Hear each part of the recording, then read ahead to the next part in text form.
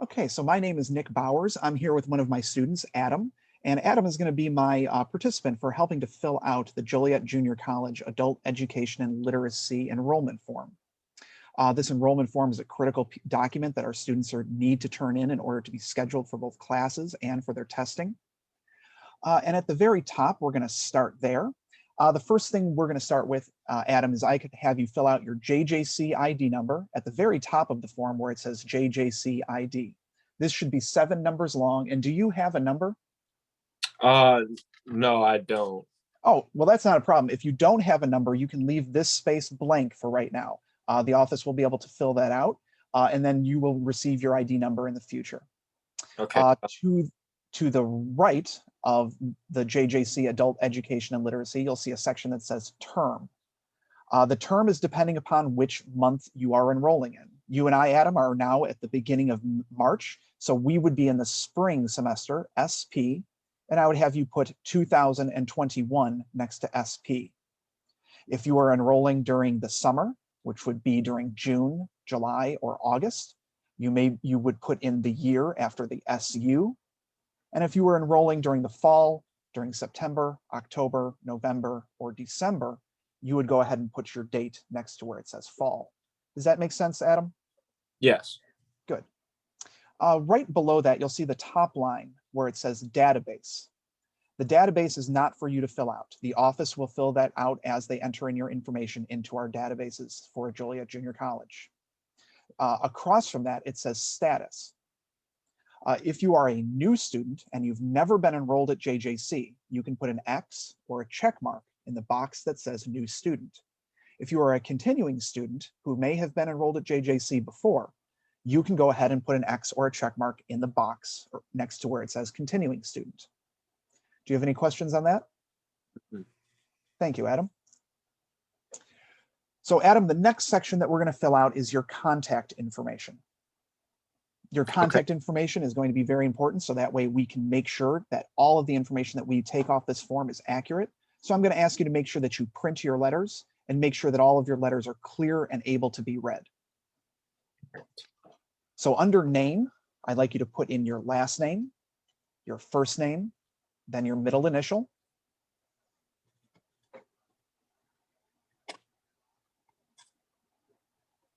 Okay.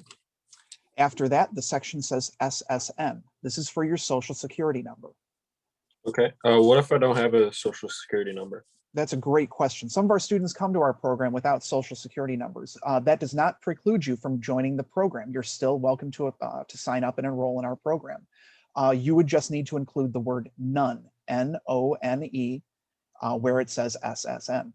If you do have a social security number, we do ask that you please include it on this form. If the social security number is not included on this form, it may delay your entry process. So again, this piece of information is a very critical one. If you do not have a social, you can enter the word none. If you do, you can go ahead and put your social on this page. Across from the social security number, it says date. That is the date that you are filling this form out. Today, it is 02/26/2021. The date may be different for you.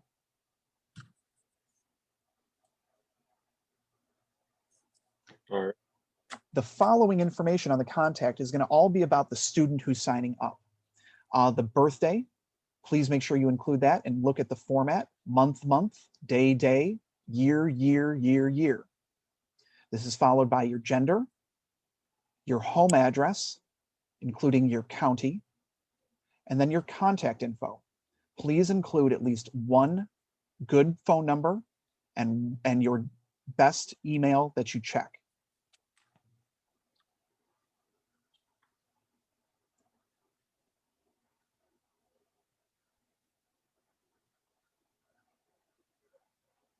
And Adam, I'm going to give you a minute to fill this out so that the students who would be filling this out with the video have the same opportunity.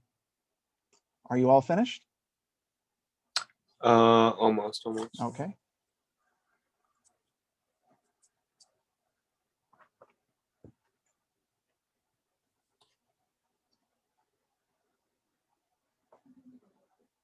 All right. The next section on the enrollment form, Adam, will be covering race and ethnicity for our students who are joining.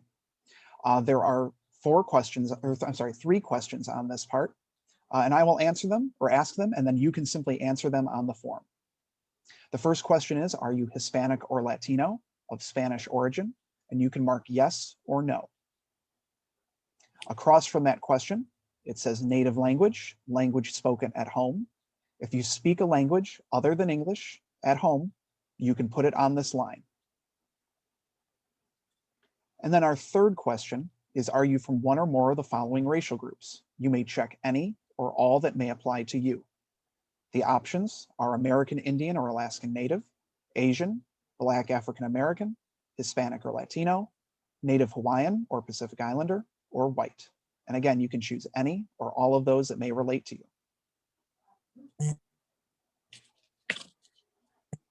All right. Okay, the next section is the living status questions. Oops. The living status questions have to do with you, with only the student who is only the student who is enrolling, no other person in your household. Under disability, there are options. The first option is not disabled. Second is documented disability is defined by the Americans with Disabilities Act, the ADA, or choose not to disclose. Please choose one of those options. Under marital status, it says the options are single, married, divorced, widowed, or unknown. Again, please choose one of those options. All right. And then finally, the last line, if you are receiving from the state of Illinois, Medicaid or Kid Care for medical insurance, please mark those boxes. If you are not receiving those, you can please leave them blank. Across from that, it says TANF, T-A-N-F, that is Temporary Assistance for Needy Families. This is what they used to call welfare. If you are receiving TANF, you can mark yes or no. And then across from that is the link. This covers the federal SNAP program. If you are receiving the link card, you can select yes or no.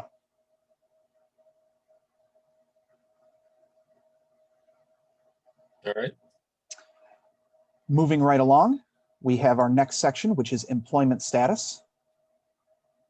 There are 4 options on here, and Adam, I'm going to ask you to wait to choose yours until you've heard all 4 options. The first option is employed. If you are currently working, you may check the first box and tell us how many hours per week you are working. If you're employed but you recently lost your job, you can mark the second option, employed with termination received, and tell us the date your termination was received. If you're unemployed, which means you do not work, you can mark the third box. If you're not in the labor force, which means you cannot work, you're retired, a homemaker, physically or mentally disabled, you can mark the fourth box. Do you have any questions on employment status questions? Nope. Good. The next section here are employment barriers. These are a series of catch-all questions that try to identify areas that our students need extra assistance in. If any of these relate to you, I will ask you to please select that box next to it. Under employment barriers, the first one is low income. If you as an individual make less than $24,000 a year, you are low income and you are eligible to mark that box.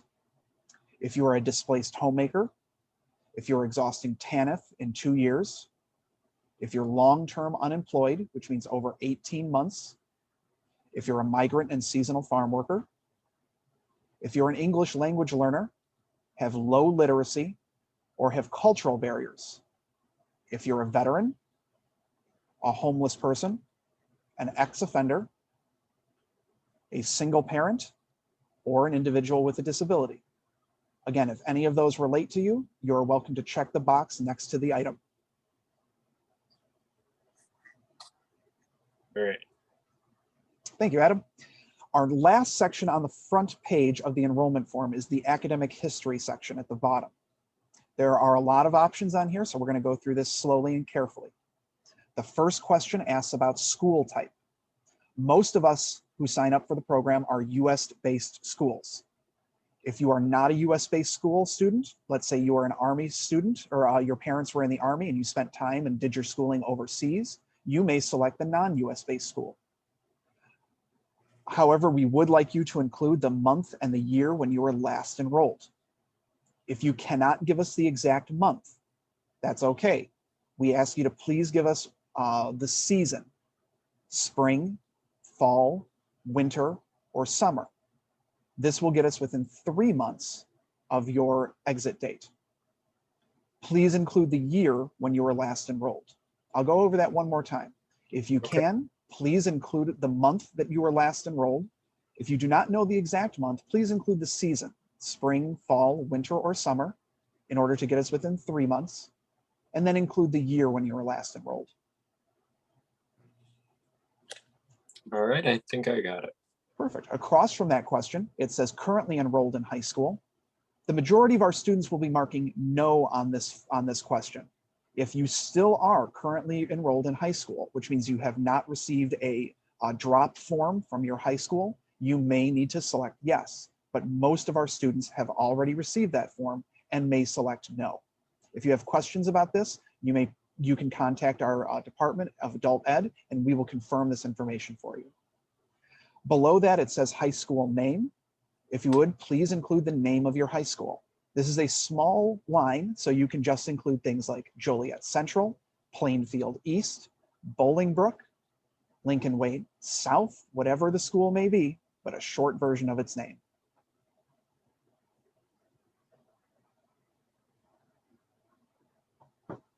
Okay. Across from this question, there are 2 yes and no questions, and they say, do you have a US GED upon entry? And you can mark that yes or no, depending upon your status. And do you have your US high school diploma upon entry? And again, you can mark this yes or no. All right.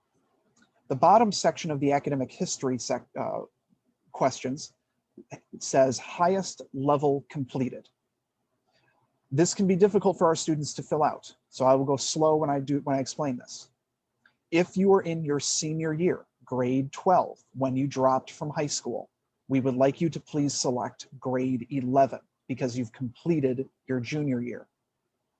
If you were in your junior year when you dropped, that would be grade 11. We would like you to select grade 10 because you've completed your sophomore year.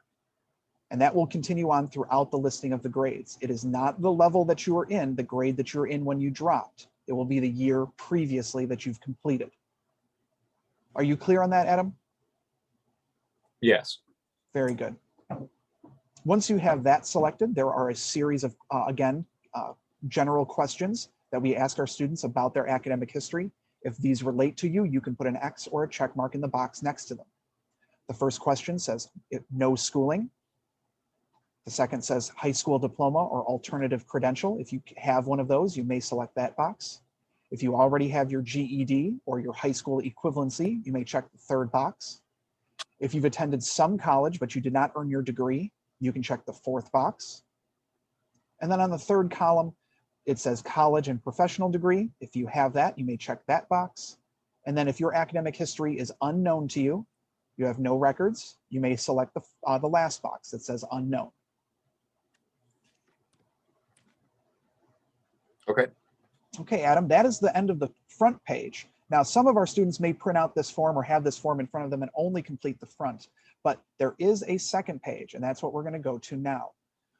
The right-hand side of this, the left-hand side of this page will not need to be completed by you. Do you see the section that says course, test scores, class schedules, class exit information? Do you see these sections? Yes. These will not need to be filled out. You can leave these blank. The only section that we are concerned as an enrolling student is going to be the right-hand side of the page that says career pathways. Do you see this? Yes. So there are 16 recognized career clusters listed on the right-hand side of this page. What we would like you to do is to select at least one of these career clusters in order for us to have an idea of where your plan, where your roadmap is to move on to your next steps once you have completed with our department. There are many on here and some of them are very detailed. So I would like you to please make sure you take your time and go through each one. If you can select one, that would be excellent. If you cannot select one, if you are trying to decide between 1, 2, or possibly even 3, you have the option of giving us a ranked choice. You may select your best or your top choice with a number 1, your second choice with a number 2, and then your third choice up to a third choice with a number 3. And this will give us an idea of the first, second, and third choice of your career pathways. Again, I'll go through the instructions on this one more time. We would like you to choose at minimum one of these career pathways. And if you have more than one that you are interested in, you can give us a ranked choice. You can mark them with a number 1, a number 2, and a number 3 to indicate your level of interest. Adam, is that clear? And do you understand the instructions on how to complete the career pathways section? Yes, makes sense. Very good. The very last part of this page is a section at the bottom underneath the career pathways that says student agreement, and then a portion that says student signature. If you are completing a digital online form, you may not have to include a student signature, but if you do, we would ask you to please make sure that you sign that and read the student agreement before you do so. Okay. Okay, and Adam, that's the last part. That's the last part of this form for the enrolling into Joliet Junior College's Department of Adult Education and Literacy. Do you have any questions or anything that you need me to go over? I do not. Very good. I think I've done my job. Well, thank you so much, Adam, for being my guinea pig here today. And I hope that all the students who are watching this video are able to go through this form and be able to fill it out. If you have any questions, don't hesitate to contact us at the Department of Adult Education and Literacy. Thank you very much. And again, my name is Nick Bowers.